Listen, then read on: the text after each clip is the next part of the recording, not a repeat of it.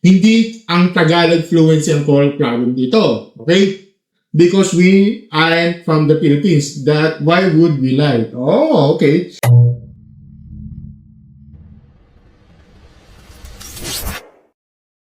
Okay, hello mga stories. Welcome back sa isa na natin video sa ating channel mga isos. No? Para sa mga no, mainit ang usapan ngayon na online ang pangalan ni Brandon Espiritu, no? Matapos na kumala sa comments niya, no? Tungkol sa Pilipinas, sa Tagalog, at sa pagiging representative niya sa bansa, no? Sa international stage, no?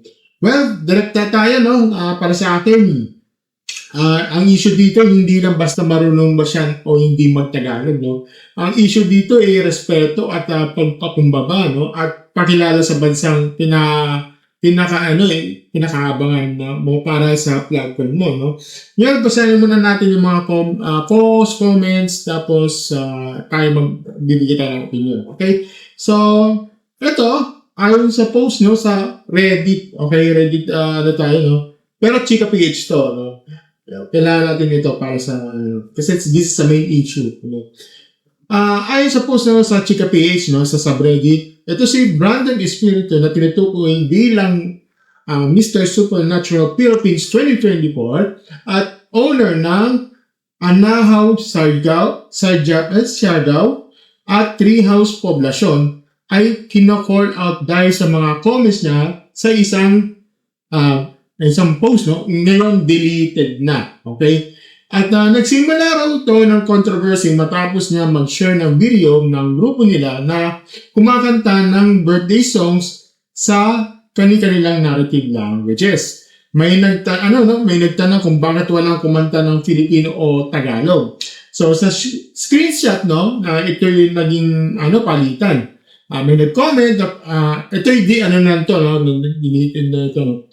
May nag-comment na, the question is at least one of you represented the Philippines but no one sang in Tagalog. Ito yung sumagot niya. No? Sagot niya, because we aren't from the Philippines, why would we lie? Oh, okay. Then you should have represented your country. Ito yung sabi ni Brandon. Tell that to all the front runners for the Philippines, this country wouldn't have the chance on the national stage without us artists. Okay. May isa pang screenshot, no?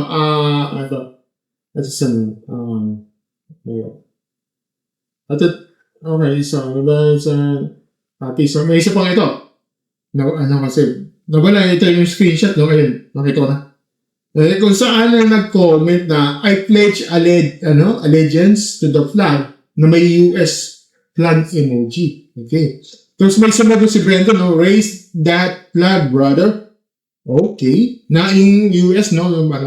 I suppose, no? Maraming Pilipino ang nadismaya at nagkaroon ng amid backlash doon sa kanyang sa social media, sa mga netizens, no? Dahil nga sa taong nagsuot lang ng Philippine sash, di ba? Sa international stage, na tila dismissive o walang pagpapahalaga ng dating na sinabi niya tungkol sa Filipino language, dugong Pilipino at kulturang Pilipino. So, nakalagay din sa post na kung ikinahihiya mo ang wika at kultura ng bansang nire-represent mo, di ba?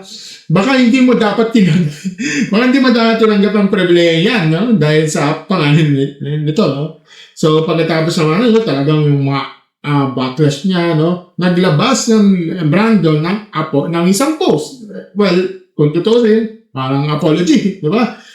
Ito sabi niya, no, na gusto niyang i-address ang nauna niyang comment. Okay? Inamin niya na impulsive at naging sagot niya at nagmukhang itong disrespectful sa maraming Pilipino. Sinabi din niya hindi yun ang intention niya. Pero naiintindihan niya kung bakit maraming na-offend at dinilit niya ang comment shortly after. No? Dahil ito, dagdag pa niya.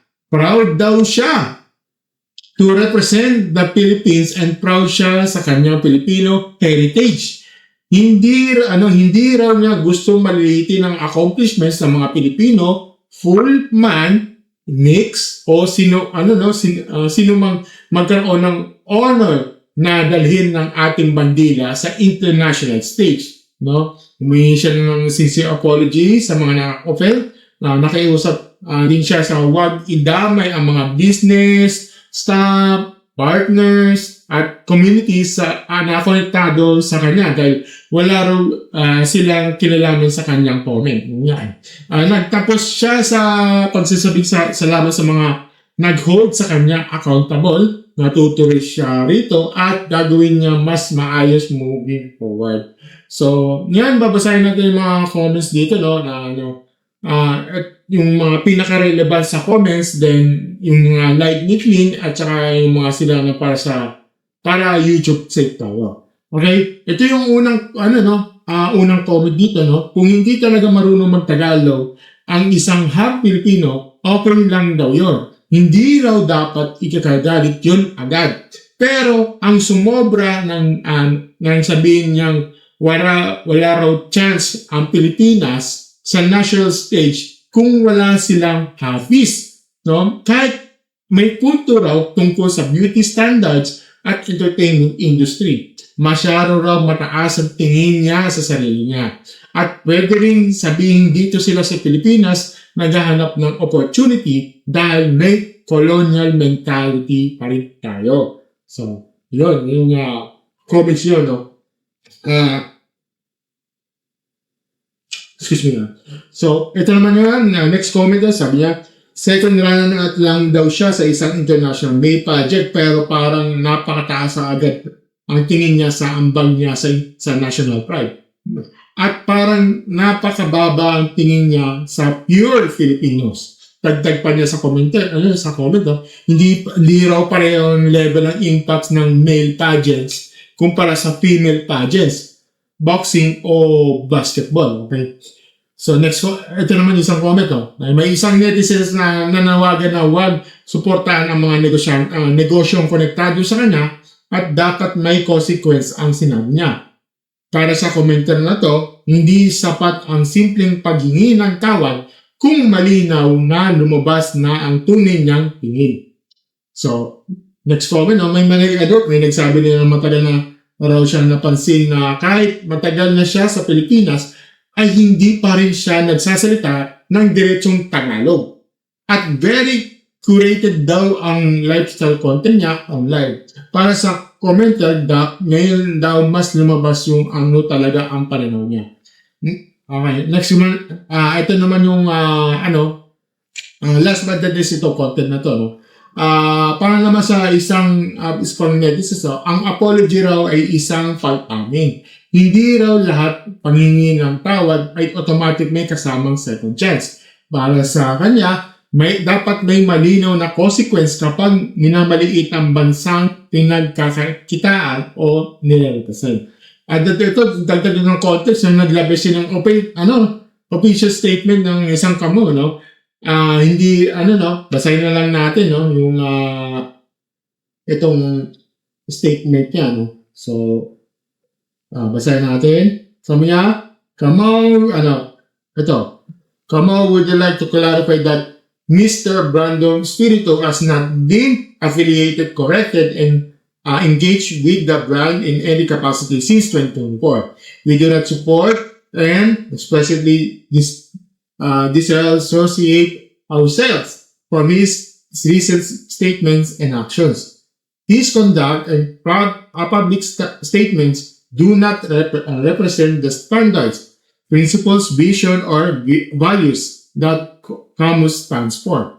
Furthermore, Camus reassures its consumers that it will no longer have any business dealings or engagements with him moving forward. We are currently removing all marketing materials, promotional assets, and collaterals associated with him across all our platforms. Camor is proudly a Filipino brand built on respect, professionalism, inclusivity, and integrity. We remain committed to serving and representing Filipinos with these values and the core of everything we do. We appreciate the continued trust and support of our community. So, yan yung yan ang sinabi sa ano dito, no? Ngayon, ito yung, yan yung nilinaw nyo talaga na hindi affiliated si Brandon na sa brand nyo simula noong 2024. Sinabi niya hindi siya sinusuporta ng kanyang recent statements at dinassociate nila yung brand mula na issue. Okay, so ngayon ito yung aking aking thoughts ko dito. Una, yung hindi ang kawalan ng fluency sa Tagalog ang pinaka-issue nito. Again, hindi ang Tagalog fluency ang core problem dito. Okay? Malinaw na lahat Kaya maraming Pilipino ang lumaki abroad. Okay? Maraming Pilipino, especially yung mga OFWs, di ba? Maraming mixed Filipinos ang hindi naturang magsalita ng Filipino o Tagalog. Okay? At hindi yon automatic ibig sabihin na masama silang tao o wala silang pagmamahal sa roots nila. Okay? Ang problema kasi dito yung tono, yung yabang at yung pagmamataas doon. Okay? Kasi kapag sinabi mo we aren't from the Philippines. At pagkatapos sasabihin mo pa na this country will have the chance to the national stage without us habits. Ganyan, di ba? Hindi na yung simpleng palusot yun, no? Ibang level na yun sa pagtingin sa sarili at pagtingin sa mga Pilipino. Okay? Parang sinabi na, parang sinabi ganito na ginamit ko ang Pilipinas pero huwag niyo akong i-expect na magpakita ng basic repent sa inyo. Parang ganun.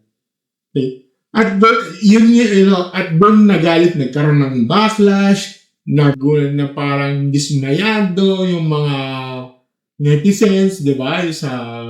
Yung mga comment section, sa mga iba sa tweets, di ba? At honestly, valid talaga yung mga sinasabi nila online. Okay? Yung mga nasa comment section doon. Valid yun. At saka pangalawang pinakapangit dito yung linyang parang utang na loob sa panang Pilipinas ang success ng mga katulad niya, no? Well, maling-mali yun. Okay. Ang represent ay sa bansa ay privilege, no? Hindi pabor na binibigay mo sa taong bayan, no? Hindi ka bayani dahil nagsuot ka ng sash, no? Hindi ganun. Hindi ka mas superior dahil mix ka. Okay? At lalong hindi ka dapat magsasalita na parang ikaw ang dahilan kung bakit relevant ang Pilipinas sa international stage, di ba? Kung ang problema man yung pageant at entertainment industry, di ba? Ito ay yun ay yung totoong namang parang colonial mentality, di ba? Na mas madalas pinapaboran ng mga mukhang foreign, mestizo, yung mga mix, di ba? Yung mga mix national, di ba? At yan yung isang masakit na punto na nakita na maraming commenters, no? Yung mga nagko-comments, no? Yung mga netizens. Hindi dahil mix ka, mas lamang ka na bilang Pilipino. Pero totoo lang, may sistema talaga mas mabilis magbigay ng opportunity sa mukhang marketable ng Western standards. So yes, may mas malalim ang conversation dito. Pero hindi ibig sabihin nun may tama siyang maging mayabang. Hindi ganoon, hindi siya ibig sabihin nun. Parang tama siya magmayabang na, di ba? Bali yan. Hindi ganun. Okay? So, number 3, pangatlo, tungkol naman sa sa apology, yung sa pinost mo. Okay, good. Okay lang. Nag-apologize naman, may sasino naman. Pero mas mabuti yung kaysa naman magmatigas, no? Ito, sasabihin natin na itong totoo, to be honest, mukhang hindi na, no? At mukhang napilitan lang. Mukhang huli na. Parang napilitan lang siya sa sarili niya. Diba?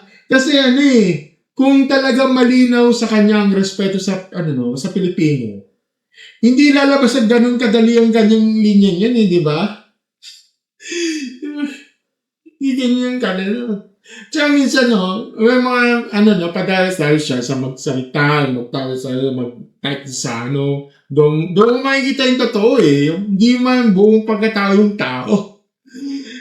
Pero kahit pa paano, may naisip siya ng mga ganitong totoong mindset, di ba? Ang kasi dito, yung apology kasi, mas, ang niya, maayos naman pakinggan, kompleto naman tama, maayos mo. Hindi daw nakikita ko, sincere. Okay naman. Ang tanong kasi dito may tunay bang pangunawa yung damage control lang dahil lumaki yung backlash, di ba? O nadami na yung pangalan niya sa mga business connections niya, di ba? Di ba? Para sa akin naman, medyo words are cheap, man. Ang tatong, ang sungkan dito kasi behavior ang after the issue, di ba? Dapat ang sisir niya dito hindi niya dapat mas maganda, hindi niya maulit ganitong klaseng pananalita o yung mag-post man lang ng ganyan. Dapat hindi siya magsalita ng dapat hindi na siya magsalita ng parang above siya sa mga ganyang ordinary Pilipino. Tsaka, dapat makakita niyo yung mga actions niya, yung mga respeto kultura niya represent niya, di ba? Next, yung pangalan, doon naman sa mga comment sections, nakikita ko yung mga binabasa ko sa comment section, may mga balik naman at may mga nasobra. Okay? Well, may balik naman yung maraming tao, yung mga sinasabing mayabang ang dating, valid naman yun. Yung mga, yung punayan yung mga colonial mentality, tapos yung, tanong kung bakit may mga Philippine sash ka, pero parang mababalitin sa mismong bansa ang dala mo. Lahat yun valid yun, okay? Pero ito sa akin, may ilan sa mga comments na halatang lumalagpas na halatang lumampas na sa accountability at naging personal attack na. Body shaming, ang halos xenophobic ng dating. Alam mo mga stories, sa channel na to, medyo maingat na ako ngayon.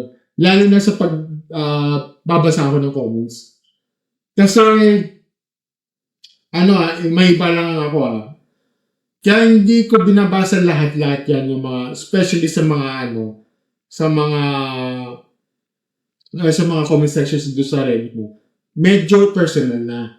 Hindi ko naman sinasabing hindi ko sinasabi na nagiging bias ako sa isa, hindi ako kumakampi doon, okay? Hindi ako kumakampi. Ang sa akin lang is, maging safe naman, medyo sa akin yung channel ko kasi, pwede ako madali doon, okay? Hindi naman sa na may maarte ako o what. Kasi medyo mag-iingat kasi ako sa pagsasalita. Kaya minsan, pinapa-filter ko lang yan through AI. Kung tama ba ito yung sasabihin ko to sa channel o bawal. Siyempre kailangan ng reconstruct yung mga message. Kaya ang sabi ko, mas mainam na pagbabasa ko ng comments is yung mga yung mga relevant na. 'Di ba? So, sana intindihan niyo ako, okay? Kaya medyo xenophobic yung mga body shaming, yung ganun, medyo personal na. Medyo, ito kasi may mga sinabi na na isang tao, pupunayin yung sinabi na ugali, di ba? Huwag na, kung tutusin mga stories, huwag na natin gawing lisensya para mag-insulto ng lahi, itsura, at pinagmulan. Okay? Dahil kapag ginawa mo rin yun, mawawala kasi yung high ground yan di ba? Yung high ground mo, di ba? Ito bang naman, huwag natin i-generalize ang lahat ng mga mixed Filipinos. Okay? Dito laban ng pure Filipino versus half Filipino. Maling ano kasi yun, maling framing. Minsan kasi ano eh, merong yung pure na yung kilalalakin nila, for example, yung pure US, sabi natin pure Hawaiian, pure Guam, pero pusong Pinoy. Valid yun. Okay? Minsan nga, ano, nakikita ano eh, minsan nga, yung pure na ano, pure siya ng yung nationality niya, pusong Pilipino. Di ba nakakituwa doon? Diba? Mas pinapalaki niya, yung parang, mas enjoy ako sa Pilipino kaysa sa dyan. Diba? Ayan, katulad yan, hindi ito laban yung pure Filipino, just happy Filipino, mali yun, maling, just maling training. Ang issue kasi hindi, hindi dugo eh. Ang issue kasi dito yung attitude niya, di ba?